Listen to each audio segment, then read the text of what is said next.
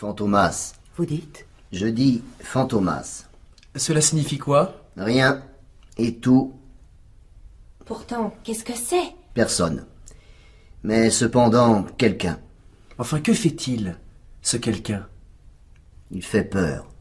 Je suis le prince de l'épouvante, le génie du crime, le maître de l'effroi.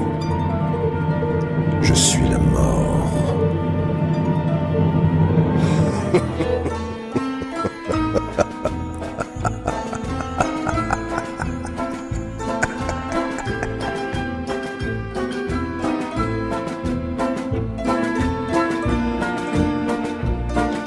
Le service public de la radiodiffusion vous prie d'écouter La fin de Fantomas de Pierre Souvestre et Marcel Alain, adaptation Xavier Montméjean.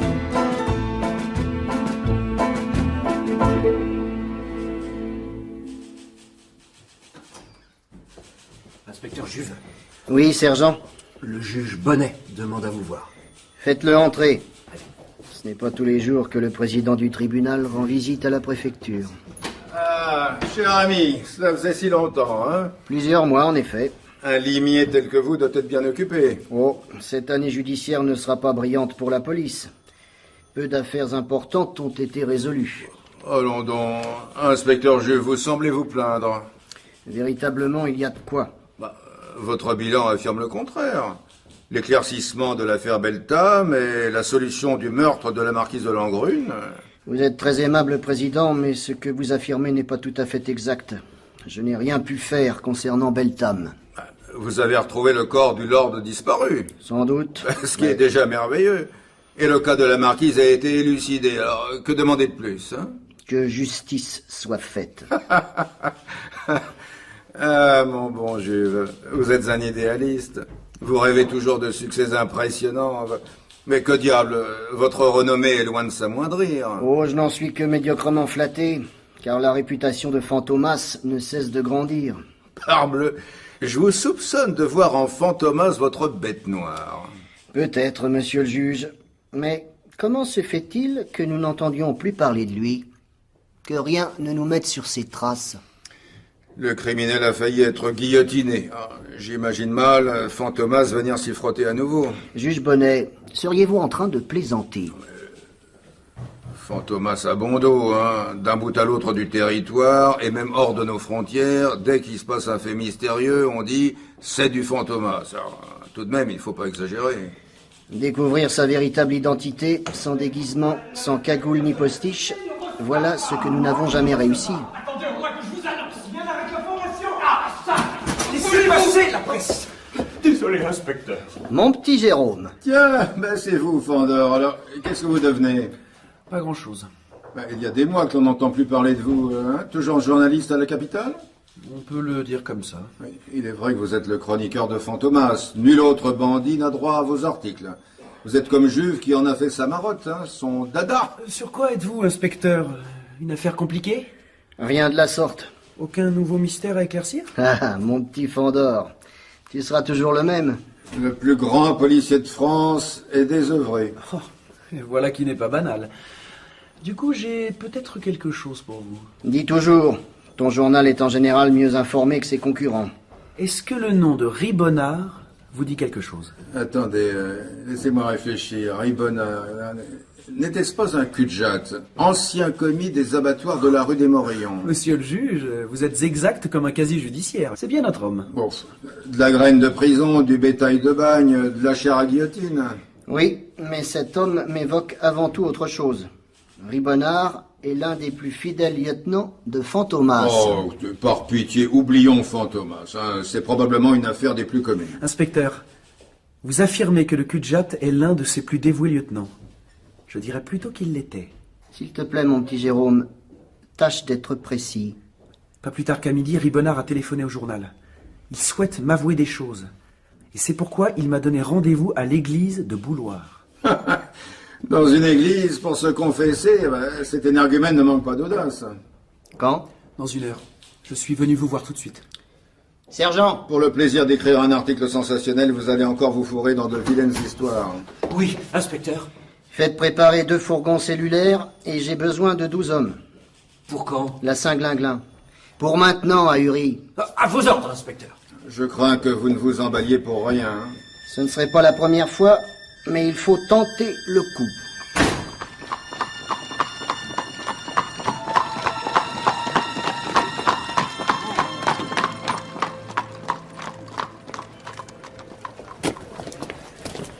Église de Bouloir, inspecteur. Nous y sommes.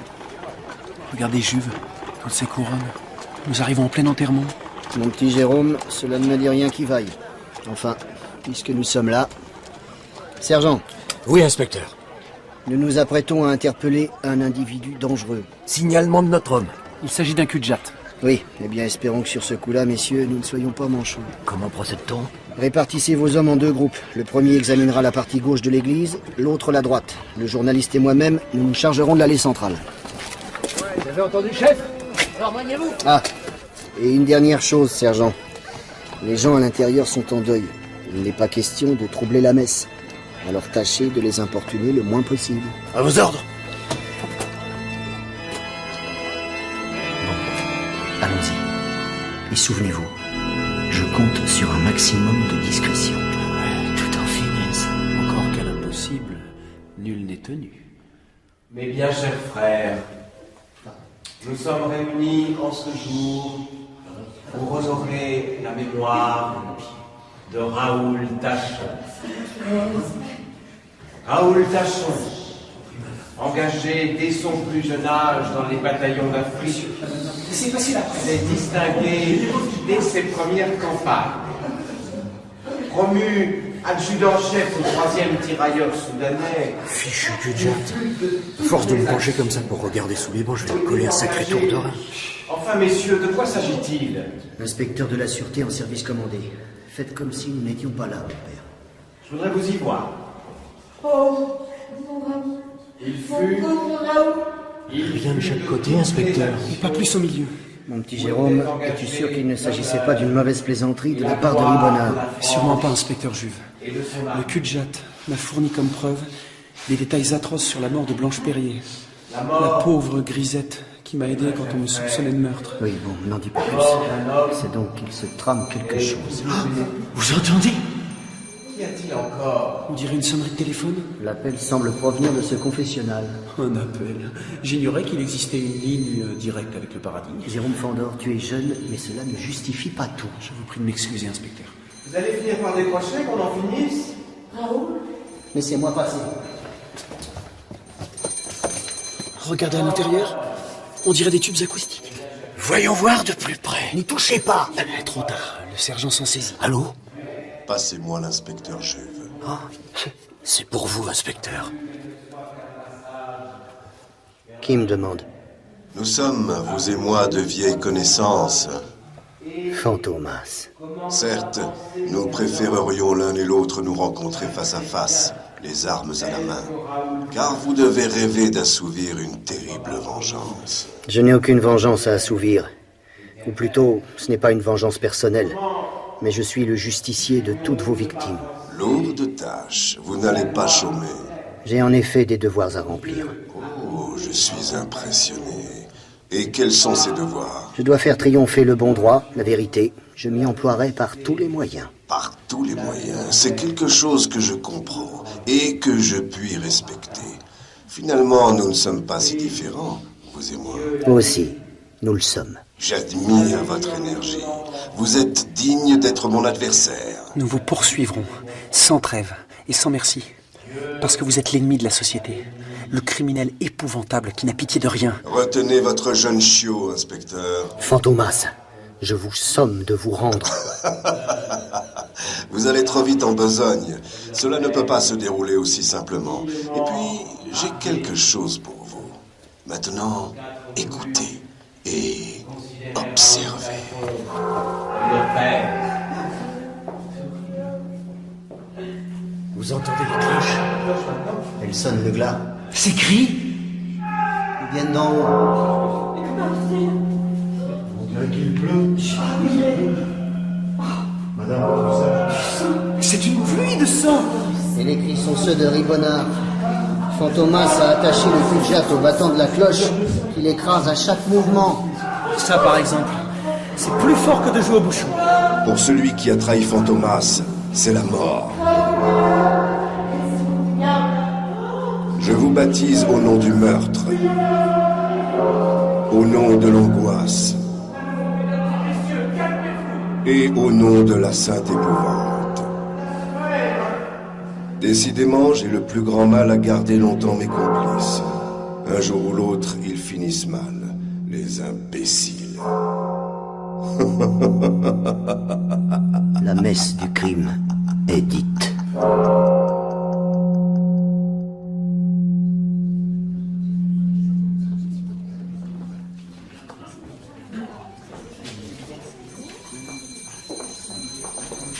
Monsieur Chaplard, 7h du soir. Ah, merci, Hélène. Le directeur des Paris-Galeries annonce à son aimable clientèle que le grand magasin va fermer. Allô, mesdemoiselles, pressons, il est temps de quitter vos rayons. Oui, mademoiselle. Ma chère Hélène, vous faites un travail formidable, épatant. Je ne regrette pas d'avoir écouté Lady Beltham qui souhaitait me voir engager sa protégée. Oh, monsieur, un mot de ma tutrice vaut la plus excellente des recommandations. Sans elle... Ne vous sous-estimez pas, mon enfant. Vous êtes faite pour cet emploi. Il me donne l'occasion d'être utile. En attendant de trouver un fiancé qui aura bien de la chance. Mais ce jeune homme existe peut-être déjà. Il y avait bien quelqu'un, mais... Je ne veux surtout pas être indiscret. Non, monsieur Chaplard. Vous m'avez accordé une chance en m'offrant ce travail. Je suppose que cela vous donne le droit de savoir. Alors, voyez en moi un aimable chaperon. Et donc... À une époque, j'ai fréquenté quelqu'un. Un jeune journaliste, reporter à la capitale.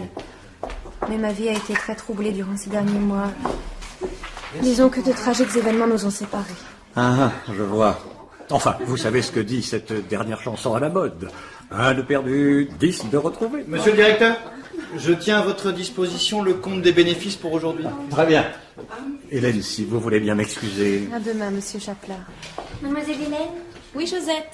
Avec les filles, on se disait que peut-être vous accepteriez de rentrer avec nous. Oh, juste un bout de chemin. C'est que les rues ne sont pas sûres. Avec plaisir.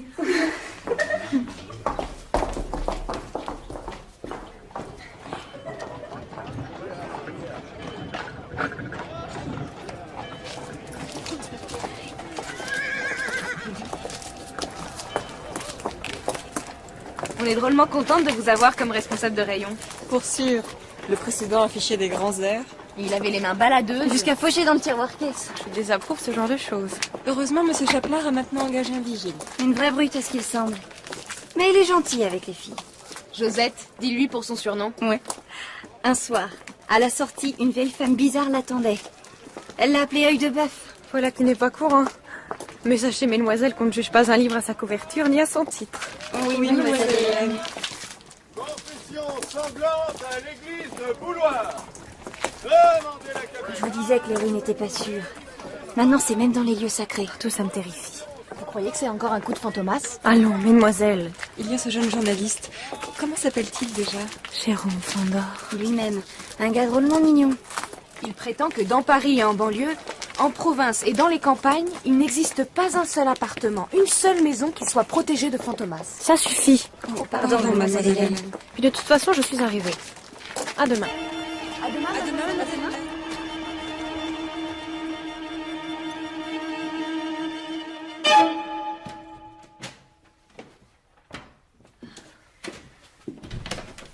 Bonsoir, Antoinette. Lady Beltham est-elle rentrée? Non, madame est prise par ses œuvres de charité. Elle a fait savoir que l'on ne l'attende pas pour dîner. Quand dois-je faire servir? Dans 20 minutes, le temps de me rafraîchir. Très bien.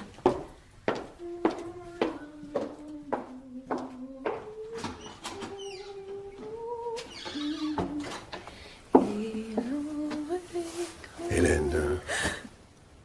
Qui êtes-vous? Hélène, c'est moi. Moi, ce n'est pas un nom. Je suis celui que le monde entier recherche, que personne n'a jamais vu. Vous, Fantomas. Ne prononce pas ce nom, Hélène. Pour toi, il en existe de plus doux. Oh, vos crimes, vos abominables crimes. Tu en es la cause. Monsieur, expliquez-vous clairement sous peine de voir cesser cet entretien par mon départ ou le vôtre. C'est pour toi que j'ai tout fait et que j'ai souvent risqué la mort. Oui, pour toi, parce que je te veux riche, puissante, heureuse. Monsieur, vous parlez comme un Je te père. dois des explications. Je te les donnerai, je t'en fais la promesse. Hélène, ne me condamne pas sans me connaître. N'essaie pas de comprendre des choses sur lesquelles moi-même je n'ai pas d'opinion. Nous sommes les uns et les autres, ici-bas, de pauvres épaves qui flottent au gré des flots insurmontables. Assez. N'en dites pas plus. Pourquoi te dresser contre ton père? Je suis un être immoral, la belle affaire. Ne crois-tu pas que pour les hommes d'exception, il existe des règles d'exception? Et puis, cessons de discuter, tu n'as pas à t'imposer en juge. Oubliez qui je suis, comme j'oublierai qui vous êtes. Arrête donc cette crise de larmes. Vous n'avez pas à me commander. Tu oses me tenir tête? Plutôt mourir que céder. Nous avons le même caractère. Tu m'aimeras, Hélène, et j'aurai ton pardon quand tu sauras. Jamais. Maintenant, je dois me retirer, car on me poursuit. Partez, monsieur, partez. Mais une dernière chose, Hélène. Il est un homme que je hais plus que tout au monde, parce que j'en suis jaloux, parce qu'il t'aime et que tu l'aimes. Promets-moi que tu n'épouseras jamais Fandor. Oh, Jérôme. Adieu, Hélène, ou plutôt, au revoir.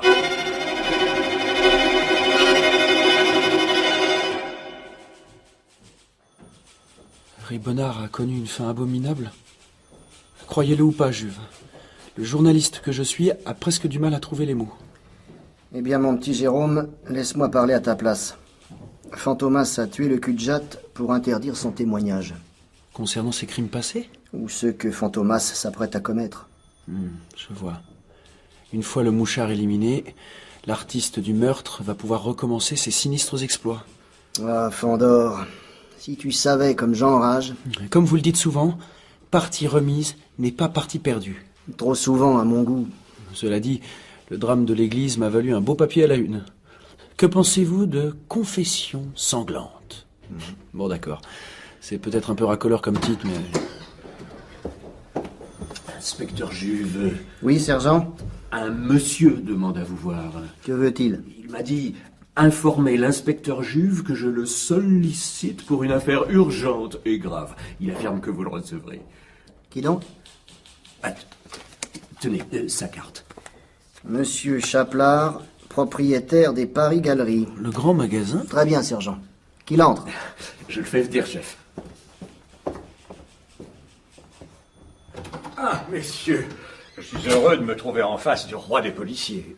Et je ne suis pas moins flatté de faire la connaissance du fameux journaliste Jérôme Fandor. Monsieur. Je vous en prie, asseyez-vous. Que puis-je faire pour vous? Je suis un ami proche de Lady Beltham. Proche comment? Suffisamment pour prendre à cœur ses affaires. Je m'occupe de gérer sa fortune. Vous êtes en quelque sorte un peu comme son notaire. C'est une façon de voir. Un genre d'avoué. Entièrement dévoué. Et cela depuis l'affaire de la disparition de Lord Beltham et du meurtre de la marquise de Langrune, qui se termina par l'exécution ratée de Fantomas. Et le scandale qui s'ensuivit. Scandale qui rejaillit sur le nom de Lady Beltham. De façon tout à fait injuste, messieurs, je puis vous l'assurer. Lady Beltham est une femme admirable de courage et de dignité, qui place haut les vertus chrétiennes. Elle adorait son mari. Eh bien, malgré cela, elle a sollicité la grâce de l'assassin. Sans l'obtenir, d'ailleurs. Lady Beltham a eu d'étranges défaillances en présence du meurtrier. Les uns ont suggéré qu'elle était devenue à moitié folle, les autres ont prétendu qu'elle était folle du criminel. Non, non, vous vous méprenez. Poursuivez, monsieur. Lady Beltham a à cœur de faire le bien autour d'elle. D'ailleurs, elle m'a prié d'engager sa jeune protégée. Comment, Hélène travaille au Paris Galeries? Eh bien, ma foi, depuis quelques mois. Vous la connaissez? Nous nous fréquentions, mais je ne l'ai pas vue depuis quelque temps. Ah, c'est vous. Comment ça, monsieur? Vous en dites trop ou trop peu? Jérôme, plus tard, si tu le veux bien. Revenons à notre affaire. Avec plaisir, inspecteur. Toujours est-il que Lady Beltham m'a récemment contacté. Quand? Il y a 5 jours. Ce n'est plus la grande et belle dame froide, dédaigneuse. En fait, elle m'a tout l'air d'être malheureuse. Et qu'a-t-elle dit? On lui a volé 500 000 francs qu'elle destinait à une œuvre de bienfaisance. Et quelle œuvre? Le comptoir de la charité, que j'ai l'honneur de diriger. Lady Beltham en est la présidente honoraire et, à ce titre, elle a proposé de mettre ses bijoux en gage. Voyez-vous cela? Et qu'avez-vous répondu? Qu'il n'en était absolument pas question. Au lieu de quoi, j'ai organisé une loterie où seront présentes les plus grandes familles de la capitale. Et quand aura-t-elle lieu? Dans 4 jours, au Grand Magasin. La police doit certes enquêter pour le vol des 500 000 francs, mais à part cela, je ne vois pas en quoi nous pouvons vous être utiles. Inspecteur Juve, Monsieur Fandor, pour être tout à fait franc, c'est en réalité pour moi que j'ai sollicité cette entrevue. Ah, mais ce n'est pas chose facile à dire. Eh bien, efforcez-vous, monsieur. Je ne suis pas allé vous chercher. Bien sûr, bien sûr. Oh, et puis, tant pis, je me lance. Hier, je suis allé à Fontainebleau. Oh, la belle affaire. Mais je me trouvais aussi au Grand Magasin. Ah ça, vous étiez à Fontainebleau et au Paris Galerie en même temps? Il semblerait. Mes subordonnés m'ont dit que je me trouvais dans mon bureau à travailler comme à l'ordinaire. Cela ne se peut pas. Et pourtant... Qui vous a vu? Les employés, au moins 20 personnes différentes. Tous ces gens vous ont reconnu? Oui. Et vous êtes en relation avec Lady Beltham.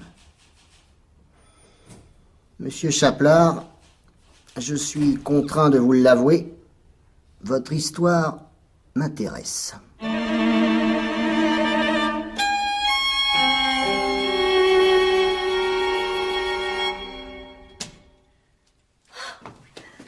Lady Beltham, vous voilà enfin. Eh bien, Antoinette, voilà des façons. Je n'ai pas de compte à te rendre. Pardon, madame, je n'ai plus toute ma tête. C'est qu'en votre absence, il est arrivé quelque chose de terrible. Tu m'inquiètes. Allons, parle. C'est mademoiselle Hélène. Elle a eu comme un genre de commotion. Hélène, il faut appeler un médecin. C'est déjà fait, madame.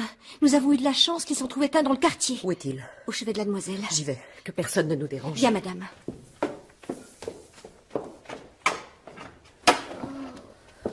Merci infiniment, docteur. Madame, je vous demande pardon de me présenter ainsi à l'improviste. Je vous en prie. Heureusement que vous étiez là pour lui prodiguer les premiers soins. Comment va-t-elle? Elle se repose des suites d'un grand choc. Il vous faut maintenant prévenir son médecin attitré. Cette voix... Fantomas. Vous êtes venu. Je vous revois enfin. Pourquoi m'avoir fait attendre si longtemps? Pardonnez-moi, Lady Beltham. Je commence enfin à respirer après avoir triomphé des plus terribles dangers. Les crimes que vous avez médités se sont réalisés. Et la liste de vos forfaits va s'allonger encore. Est-ce vous qui m'avez volé 500 000 francs? Lady Beltham, en tant que présidente du Bazar de la Charité, vous aviez accumulé une petite fortune. Il se trouve que, alors sans ressources et traqué par la police, j'ai eu besoin de cet argent. Et vous l'avez pris? M'en tiendrez-vous rigueur? Comment avez-vous pu voler des miséreux? J'étais pauvre moi-même. Vous êtes parvenu à un tel degré de perversité. Les bons payent pour les mauvais. Et puis, en voilà assez. Je n'aime pas les questions et encore moins les reproches. Je vous ai trop pardonné. Maintenant, je vous hais. Vous prétendez me haïr? Assez de mensonges. C'est vrai. J'ignore si je suis encore capable d'aimer. L'existence me pèse. Je vous en prie, ne parlez pas ainsi. Il y aura encore de belles heures. Je vous assure, Fantomas, bientôt vous n'aurez plus à subir ni ma tendresse, ni mes reproches. Lady Beltham, vous fûtes jadis une compagne dévouée, une maîtresse exquise, une complice parfaite. Jadis? Lady Beltham, vous n'étiez pas comme aujourd'hui. L'inspecteur Juve me suspecte. La rumeur m'éclabousse. Je ne pourrais supporter de connaître à nouveau le scandale. Serait-ce qu'au fil du temps, votre passion s'émousse et que votre conscience devient plus dure? Au contraire, mon âme s'affaiblit. Je préfère tout à la honte d'être à nouveau la femme qui aime Fantomas. Fantomas, non. Vous y reviendrez pourtant. Il le faut. Je le veux. Vous n'avez qu'un amour, qu'une passion. Laquelle? Faire couler le sang. Madame, seriez-vous devenue folle? J'aime 2 êtres au monde, autant que je déteste Juve et Fandor. Oh, Jérôme. Qui? Vous, Lady Beltham, et Hélène, ma fille. Fantomas ne peut pas être mon père. Voyez l'état dans lequel elle se trouve. Songez, Lady Beltham. Fantomas est seul dans la vie, dans le monde, au sein de l'humanité. Moi aussi, j'aime, et je souffre également. L'être auquel j'ai donné mon cœur de fauve, tout comme vous, s'éloigne de moi. Fantomas, Ne me faites pas de mal. Mon cœur d'amant souffre de vos reproches. Mais la répulsion que j'inspire à ma fille fait saigner mon cœur de père. Que faire? Qu'allons-nous devenir? Vous verrez d'ici peu, Lady Beltham. Je me sens animé d'une ardeur incroyable. Mes projets sont tels que lorsqu'ils seront réalisés, ils bouleverseront l'univers. Fantomas, ne me confiez pas vos secrets, car vous feriez de moi votre complice. Me refusez-vous un baiser? C'est très mal de te donner mes lèvres. Mais je n'ai pas le courage de te savoir malheureux. Laissons Hélène dormir et suis-moi dans ta chambre. Ordonne, commande. Je suis ta chose. Je t'aime.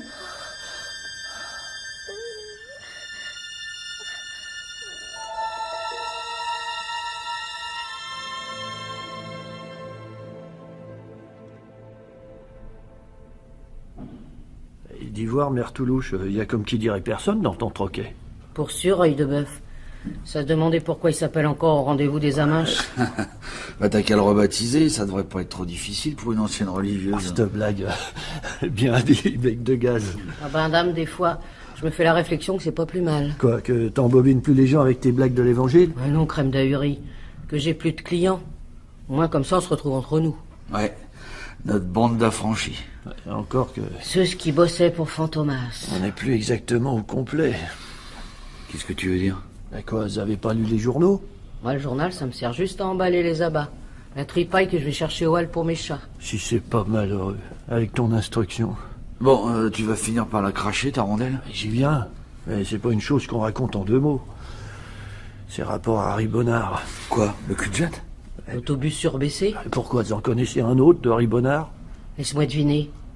Il s'est fait coffrer par la flicaille. Ah, la prison, bah y a pas de danger qu'on m'y replaque, hein. Je préfère clamser. Vous y êtes presque. Le cul-de-jatte a cassé sa pipe avant de parler à la police. Quoi? Ribonnard, un mouchard? C'est pas vrai, j'y crois pas. M'étonne pas trop en y repensant bien. Avec ses pattes coupées, c'était une moitié d'homme. Autrement dit, un genre de femmelette. Ça fait de lui une donneuse. Ça, c'est du raisonnement. Quand je te disais, la mère, que t'en avais dans le carafon. Bah, en parlant de carafon, serre-nous donc une tournée. Quoi que t'en dis, avec des bœufs. Sûr que c'est la meilleure chose à faire, mec de gaz. Je vais me flanquer une de ces bitures. T'as encore des sous? Oh, la mère, faudrait voir à voir, vu que j'ai maintenant un emploi régulier. Vigile au Paris Galerie. Je sais. Et je trouve ça minable. J'ai pas une position relevée. Pour sûr, ça vaut pas d'être banquier, mais tout de même, c'est du boulot qui use pas le tempérament. Un larbin. Voilà ce que t'es devenu. Décidément, mon pauvre œil de bœuf, tu n'étais pas digne de servir sous les ordres de Fantomas. Quand on voit où ça mène, c'est le patron qui a fait avaler sa chemise à Ribonnard. Allons, faites pas grise mine. Moi, je lève mon verre aux croque-morts qui vont pas trop se fatiguer à porter sa carcasse. Le cul-de-jatte tiendra dans un cercueil d'enfants. Bonsoir, la mère. Tu sers encore? C'est plus fermé qu'une huître. Je prendrai une absinthe. C'est qui m'ennuie ce coco-là. Puis d'abord, sors de l'ombre. Mon pote, qu'est-ce qui te prend? Attends, on va lui faire goûter ma lame. Oui, bec de gaz. Saigne-le comme un porc. Ah, mon bras. Je te savais stupide, mais pas à ce point. Arrête, lâche-le, tu vas lui casser le poignet. Mince, il m'a esquinté. J'aurais pu le faire, mais tu t'en remettras. Et qui que t'es d'abord? Devine. Qu'est-ce que tu veux? Vous donnez des ordres. Cette voix... Non, mais des fois, est-ce que je me gourre? Alors, regarde celui qui se cache sous le masque. Bon Dieu! Oh, ça! Sûrement que j'ai la berlue. Me reconnaissez-vous? Non, maître, enfin, oui. Fantomas! Sur la Sainte Vierge, comme je suis heureuse, on croyait jamais te revoir. Prenez bien garde à mes paroles. J'ai une nouvelle à vous annoncer. Les affaires reprennent. Ça, c'est pas une nouvelle, mais un ordre. Tais-toi donc, brute épaisse. Comment pourrais-tu comprendre le génie du crime? On relance notre petit commerce? Oui, la mère. Colonne crédit et débit. J'ai des comptes à régler. Ça risque d'être difficile pour moi, patron. Je suis fort occupé. Oh, voyez-vous cela? Notre cher œil de bœuf aurait-il un emploi du temps de ministre? C'est que je suis employé comme vigile au Paris Galerie. Misère. C'est la pure vérité, maître. Je sais. D'après vous, qui lui a trouvé ce travail? Et toi, bec de gaz, je crois que tu t'y connais en mécanique. Affirmatif, patron. Les chaudières, les pistons, ça a été toute ma vie. Enfin, je veux dire, avant. Bien. Je veux que tu te rendes au Havre, que tu ailles travailler en tant que mécanicien de chauffe sur le paquebot gigantique. L'énorme bateau pour Rupin qui va traverser l'Atlantique? Je sais qu'il recherche de la main-d'œuvre qualifiée pour la salle des machines. Je te fournirai tous les certificats. Et moi, maître, vous auriez oublié la pauvre mère Toulouche? Oh non, tu vas veiller à ce que ces deux gaillards filent droit et exécutent mes ordres. Vous êtes mon prince, l'homme que j'aimerais si je pouvais aimer. Venez, mes chers petits, mes moutons noirs, je serai le gardien du troupeau.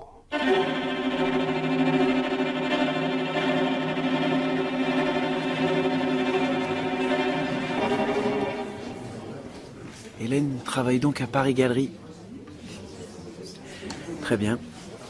Puisqu'il n'y a pas d'autre moyen de la rencontrer, foi de Jérôme Fandor, j'espère au moins qu'elle me voudra pour client. Bonjour, monsieur. Pourriez-vous me rendre un service? Notre grand magasin a pour but de vous satisfaire. Souhaitez-vous voir nos cravates? Elles sont superbes. Le chic anglais. En fait, je cherche quelqu'un.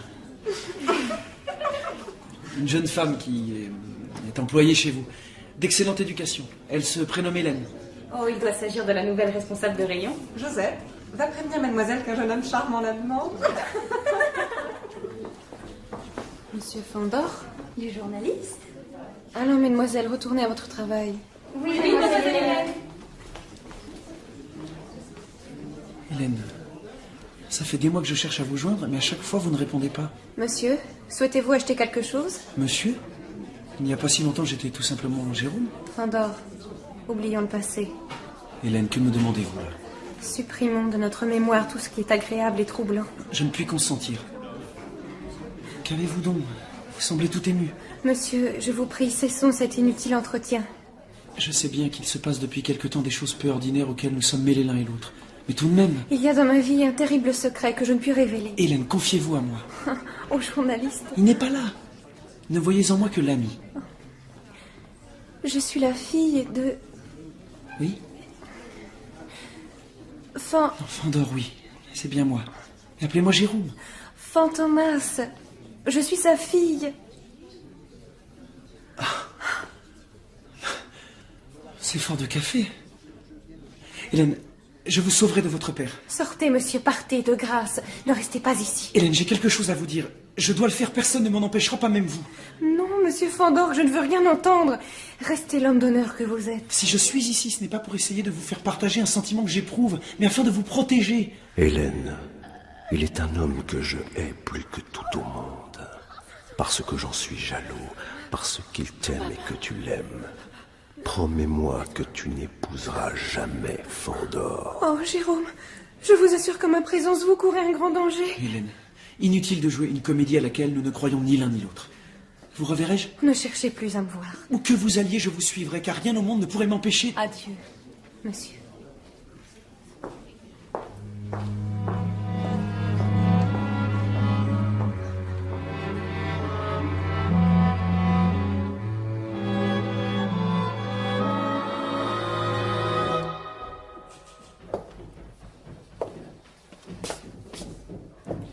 Et voilà, inspecteur Juve. Vous connaissez toute l'histoire. Je suis venu directement du magasin pour vous la raconter. Hélène serait la fille de Fantomas. Après tout, pourquoi pas, mon petit Jérôme? Cela expliquerait bien des choses. Ah oui?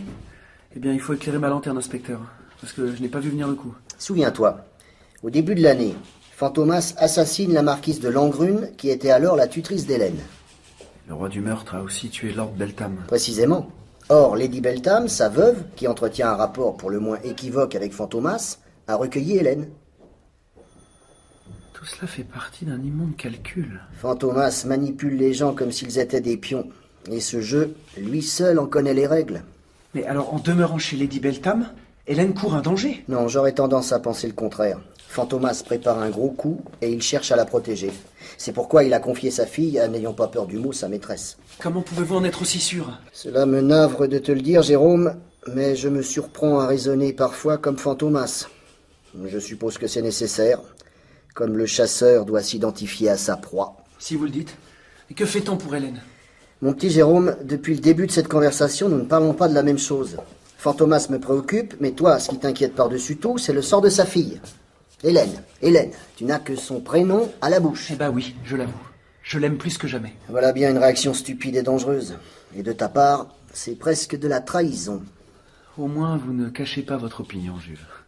J'espère que ces mots ne traduisent pas votre pensée. Prends-les comme tu voudras. Je parle comme quelqu'un qui a de l'affection pour toi. Oh, je ne doute pas que vous raisonniez pour mon bien. Jérôme Fandor, celui que je considère comme le plus noble des amis, l'être que je chéris comme un fils. Désolé, inspecteur, en cette affaire, l'impératif du cœur est le plus fort. Enfin, mon garçon, ne te laisse pas berner par ses beaux yeux. C'est une plaisanterie, tu ne vas tout de même pas épouser la fille de Fantomas. Si Hélène a été mêlée à de tragiques aventures, c'est à son corps défendant. Ne fais pas l'enfant. Je fais ce qui me plaît, libre à vous de pourchasser Fantomas, l'as de pique. Cela vaut mieux que d'être séduit par la dame de cœur. Ça, c'est un coup bas de votre part, Juve. Je voudrais seulement que tu comprennes... Inspecteur ? Oui, sergent. Mon brave, vous arrivez à point. On vient de recevoir un message de la préfecture. Et que dit-il? En fait, ça tombe de plus haut. Du ministère? Toutes les familles fortunées de Paris se trouvent au Paris Galerie. Cela me revient. Son directeur, M. Chaplard, avait évoqué une œuvre de charité. Et je suppose que nous devons assurer la sécurité de ces gens. Oui, inspecteur, ils ne veulent personne d'autre que vous. J'ai déjà rassemblé les hommes. Bon. Un journaliste doit couvrir l'événement, je vous suis. Eh bien, tu vois, mon petit Jérôme, cela te donne l'occasion de revoir Hélène aujourd'hui même. Juve, vous recommencez.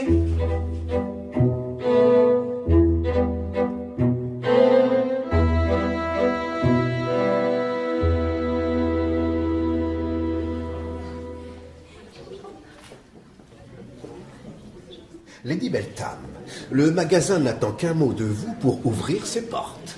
Tout est-il prêt, monsieur Chaplard?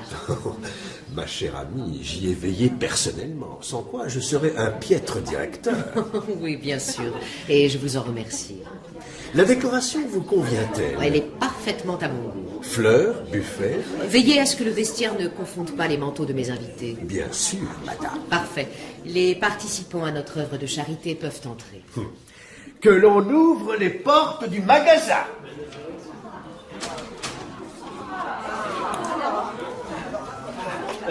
Ici, non? Absolument cocasse. Les rayons du magasin ont été aménagés en stand de foire. Là, ne serait-ce pas les tables de jeu? Oui, nous appelons cette petite attraction le qui perd gagne. Oui, puisque toute somme perdue ira à notre œuvre de bienfaisance. Oh, c'est une drôlerie. Comte Léon de Vaudreuil. Votre grâce. Juge Bonnet. Je ne m'attendais pas à vous voir.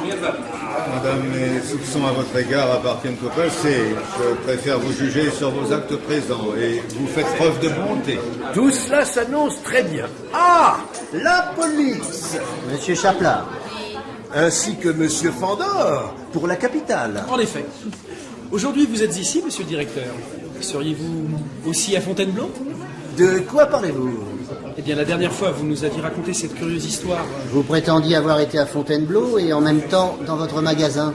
J'ai dit cela, probablement sous le coup d'une grosse fatigue.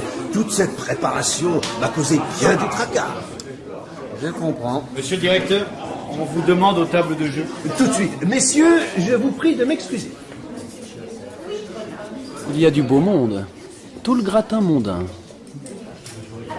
Je suppose, mon cher, que vous allez disputer une partie. C'est une affaire d'homme. Alors, mesdames, laissons ces messieurs jouer et allons découvrir les rayons. Attention, faites vos jeux. Vous avez misé, monsieur le comte? Sur le 3, oui. C'est entendu. Attention, rien ne va plus. J'ai perdu 1000 francs sur le rouge. Je vous l'avais dit, ici on joue à qui perd gagne. C'est pour la bonne cause, hein. N'oubliez pas que les gains de la maison vont à une œuvre de charité. Eh bien, il ne sera pas dit qu'un vautreuil ne peut se permettre une petite banqueroute. Vous cherchez quelqu'un, madame? Allons, mesdemoiselles, une vendeuse. Tout de suite, mademoiselle Hélène.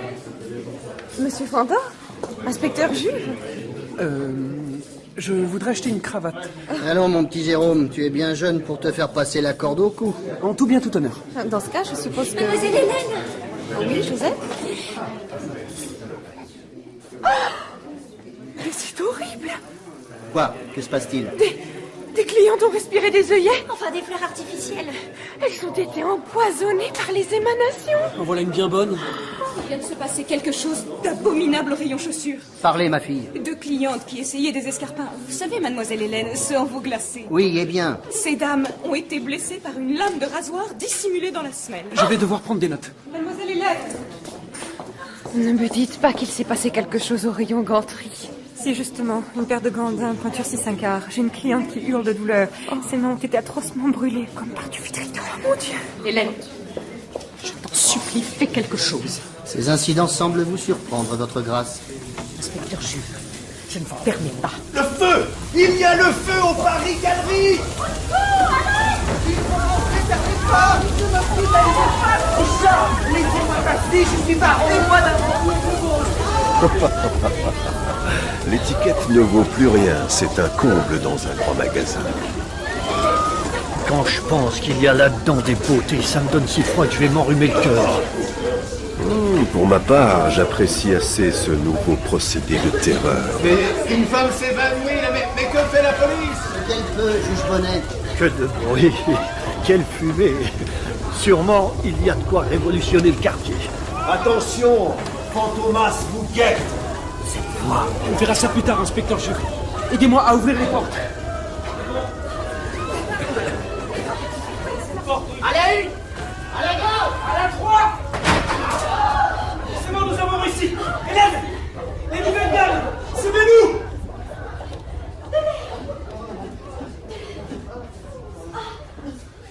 Toute la noblesse française a bien failli y rester. C'est de votre faute, Lady Beltrame.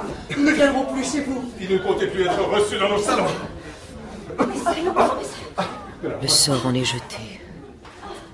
Je suis une proscrite, exilée au beau milieu de mon rang.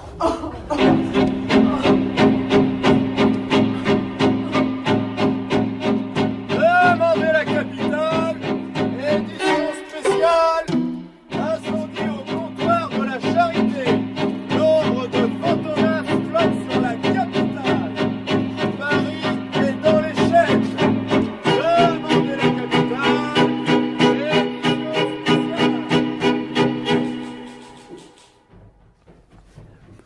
Pas fâché de se retrouver au commissariat, inspecteur. Au moins, on s'y sent en sécurité. Au magasin, c'était Fantomas, déguisé en chaplard. Et le vrai directeur? Mes hommes l'ont retrouvé. Cette fois-ci, je te prie de croire qu'il y est pour longtemps à Fontainebleau. Qu'allons-nous faire? Lady Beltham doit être rentrée chez elle. Nous allons lui rendre une petite visite. Sergent? Oui, inspecteur. Nous partons rue Laurent Pichat. Rue Laurent Pichat? Mais c'est là qu'habite Hélène? C'est surtout là que demeure sa tutrice, Lady Beltham. Messieurs, Inspecteur Juve, voici ma carte officielle. Faites-la passer, je vous prie. voulez-vous attendre quelques instants? Rien n'oblige Lady Beltham à vous parler. C'est vrai, mon petit Jérôme, mais elle préférera cette entrevue informelle à une convocation du juge Bonnet. Lady Beltham consent à vous recevoir, si ces messieurs veulent bien me suivre. Inspecteur Juve, Jérôme Fandor. Mon Dieu, qu'elle est belle. Et comme elle paraît malheureuse, tout habillée de noir. Une femme tour à tour séduisante et fatale. Surtout ne l'oublie pas. Messieurs,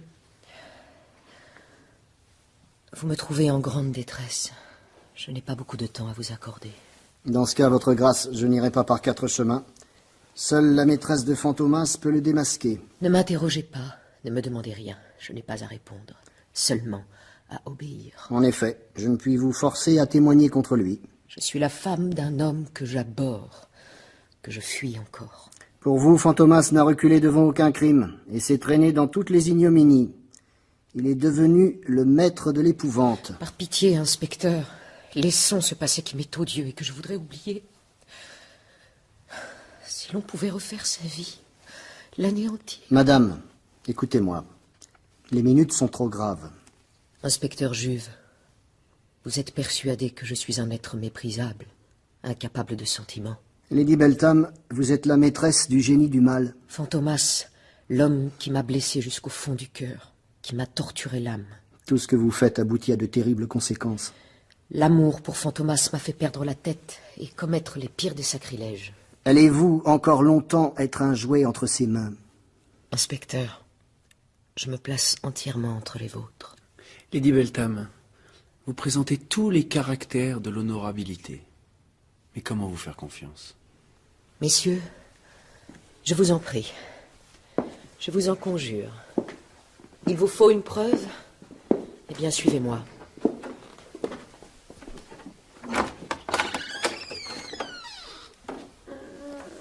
Hélène? Jérôme. La malheureuse semble au plus mal. Ses traits sont pâles, décomposés. Mais que lui arrive-t-il? Sa santé était déjà bien atteinte. Je crains que la tragédie des Paris-Galeries ne lui porte un coup fatal. L'état d'Hélène a rayé de mon âme tout sentiment d'amour envers Fantomas. Dans ce cas, madame, il ne vous reste plus qu'à choisir entre le crime et le rachat. Hélène, m'entendez-vous? Oh, Jérôme Fandor. Pourquoi lui faire du mal alors qu'elle est innocente? Inspecteur, s'il ne s'agissait de venger Hélène, vous n'obtiendriez rien de moi. En s'en prenant à elle, c'est à vous que Fantomas a déclaré la guerre. Jérôme, approchez-vous. Donnez-moi votre main. Hélène. Je mourrais contente si je pouvais vous voir encore une fois. Lady Beltham, je vous supplie de m'aider à éviter une nouvelle tragédie. Eh bien, soit. Fantomas sait qu'on le surveille, qu'il est attendu à toutes les frontières. C'est pourquoi il a décidé d'embarquer pour New York à bord du Gigantique. Le paquebot insubmersible qui s'apprête à effectuer sa première traversée? Je ne peux en dire plus. C'est déjà beaucoup. Merci, madame. Vous avez fait le premier pas vers la rédemption. Je veux venir avec vous. Emmenez-moi. Dans votre état? Oh, ça ne pourra pas être pire. Et puis l'air du large, les vents marins. Vous savoir auprès de moi. Oh, Jérôme. Inspecteur? Ta fiancée a raison, grosse bête. Il forme un joli couple. Des duos, il en existe d'autres. Fantomas, prépare-toi à m'affronter en duel.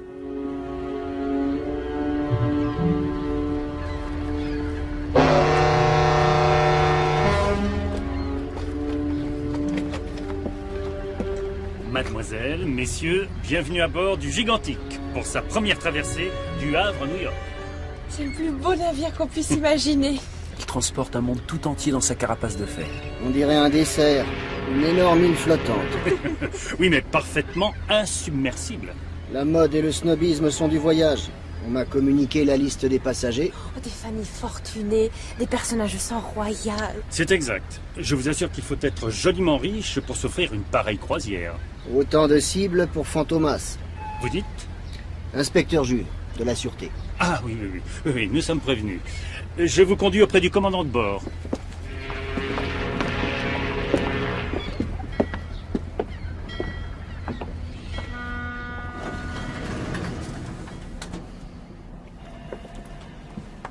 Monsieur Fandor, mademoiselle. Inspecteur Juve, l'équipage est particulièrement flatté que vous vous intéressiez au Gigantique. Hélas, quelqu'un d'autre s'y intéresse aussi. Qui donc? Fantomas. Comment le maître de la mort se trouverait à mon bord? Il s'emparera du navire si vous ne faites rien. Est-il nécessaire que je vous fasse placer sous mes ordres par une directive du ministère? Non, inspecteur Juve. Nous ferons tout ce qui est en notre pouvoir afin de vous aider. Fort bien. Commandant, messieurs les officiers, Fantomas est le Proté des temps modernes. Il a tous les visages et toutes les silhouettes. J'ai pu toutefois, messieurs, au cours de ma longue carrière, approcher suffisamment de près ce terrifiant personnage pour pouvoir l'identifier. Avec la collaboration d'un artiste de la presse, nous avons fait réaliser un portrait. J'ai l'honneur de le faire circuler parmi vous. Silhouette de nuit, silhouette de crime, silhouette de meurtre. Inspecteur, un grand navire est comme une ville. Il comporte ses endroits luxueux, mais aussi ses quartiers populaires. Alors, où doit-on le chercher? Comme je l'ai dit, Fantomas voyagera dans le plus parfait incognito. Il peut prendre l'apparence d'un riche client en cabine qui ne souhaite pas être dérangé. Ou d'un simple mécanicien dans la salle des machines. Cela risque de nous compliquer la tâche. Je n'ai jamais dit que ce serait chose facile. Et s'il n'est pas à bord? Il l'est. Soyez-en sûrs. Fantomas doit être pris. Je le veux. Je le sens. Ce n'est plus qu'une question d'heure.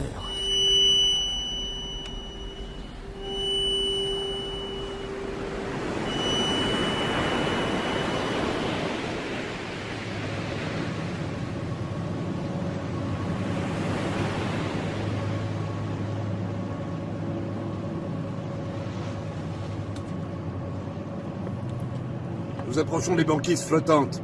Diminuez l'allure d'un tiers. Oui, commandant. Cela fait maintenant plusieurs jours que nous naviguons en pleine mer. Et toujours aucune trace de Fantomas. Commandant, nous avons reçu un message pour l'inspecteur Juve. Il provient du chef de la sûreté. Paris approuve Juve lorsqu'il s'attaque à moi. Je vais donc attaquer tout Paris par une série d'attentats formidables que j'étendrai au monde. Vous accepterez, monsieur le chef de la sûreté, l'expression parfaite de mon ironie. Fantomas! Iceberg, droit devant. Corrigez la route, vite! Impossible, la barre ne répond plus. Nous ne contrôlons plus le navire. Fantomas s'est emparé de la salle des machines. Pousse tes machines, bec de gaz! Oui, patron.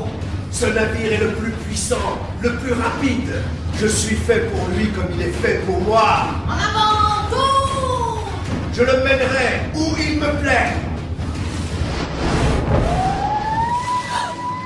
Jérôme, que se passe-t-il?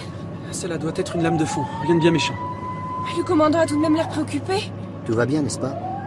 Opérateur, message par TSF. À 10h52, le gigantique touche un iceberg par tribord. Stop. Voie d'eau impossible à boucher. Stop. Sort du navire semble compromis. Stop et fin. Est-ce vraiment aussi sérieux, commandant? Le choc a provoqué une brèche entraînant une importante voie d'eau sous la ligne de flottaison. Inspecteur Juve, le gigantique aura coulé dans moins d'1 heure. Envoyez un SOS. Faites monter tous les passagers sur le pont. Oui, commandant. Le gigantique coule et personne ne sera sauvé. Pas même moi. Un cercueil flottant. Eh, c'était pas prévu. Le patron nous a rien dit. Buvez, mes braves, à la santé du crime. Mais non, c'est pas le bateau qui tangue, c'est nous autres qu'on est plein. Moi, je n'ai pas peur d'accompagner Fantomas, même si c'est sur le chemin de la mort. Allez pour l'évacuation du navire!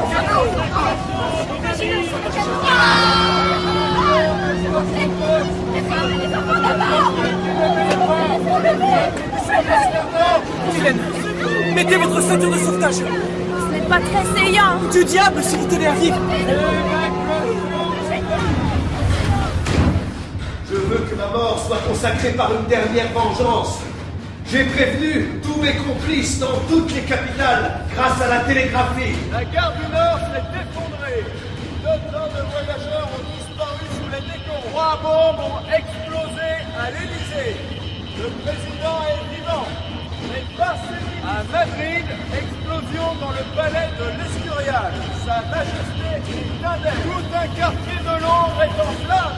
Je suis le maître du monde.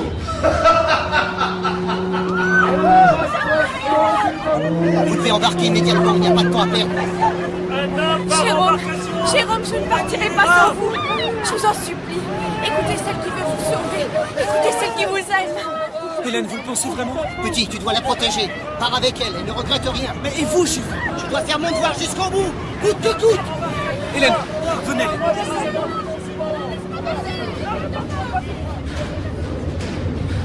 Déguerpissez les moutons noirs. Tâchez de sauver vos carcasses. Et vous, maître? Je veux rester seul avec Jules. Le destin nous réunit aujourd'hui face à face. L'instant décisif est enfin arrivé.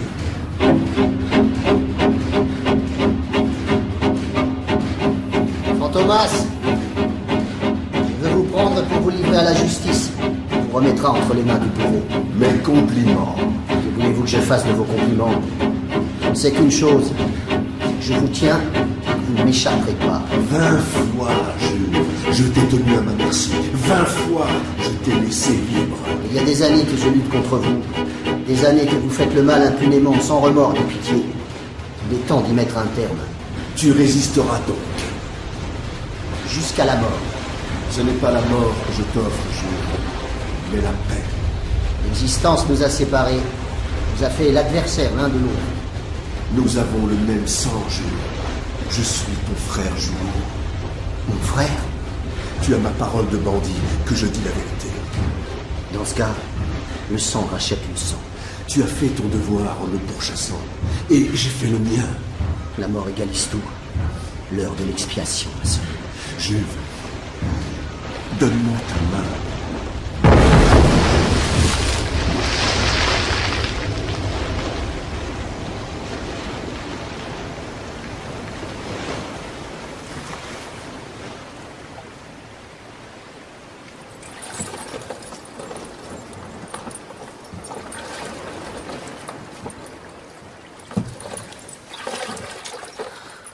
Le gigantique s'enfonce dans les flots. L'océan recouvre sa formidable épave. Pauvre cher Juve. Fantomas a préféré mourir plutôt que de s'avouer vaincu. Je comprends cette détermination. Sa volonté coule dans mes veines. Elle brûle mon sang. Oui, Hélène. Mais vous pouvez faire de cette passion un sentiment noble. C'est vrai, Jérôme. Après tout, nous avons suffisamment souffert l'un et l'autre pour vivre enfin notre bonheur à deux. Hélène, est-ce possible? Ne vous illusionnez-vous pas? Désormais, je suis prête à vous aimer.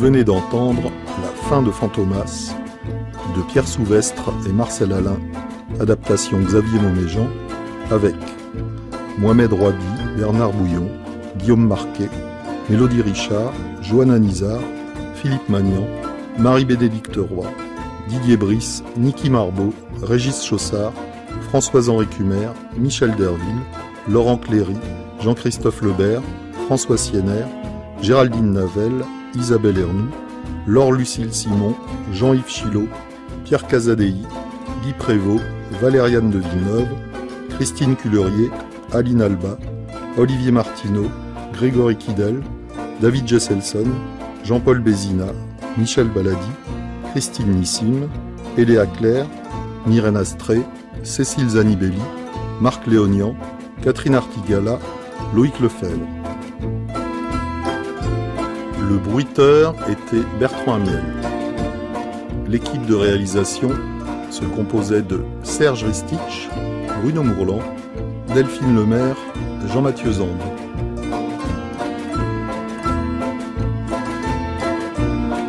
La fin de Fantomas est publiée chez Fayard.